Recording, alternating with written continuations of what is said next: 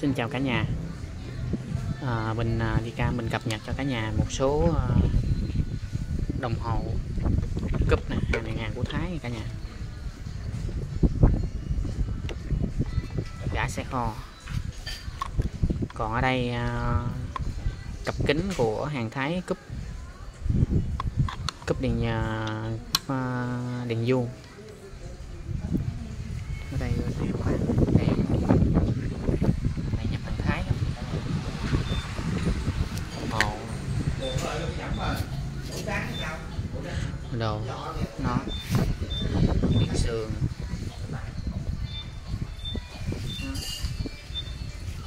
đầu lòng đầu lòng. Bên đây người ta chuyên về gã hàng xe, gã xe bãi.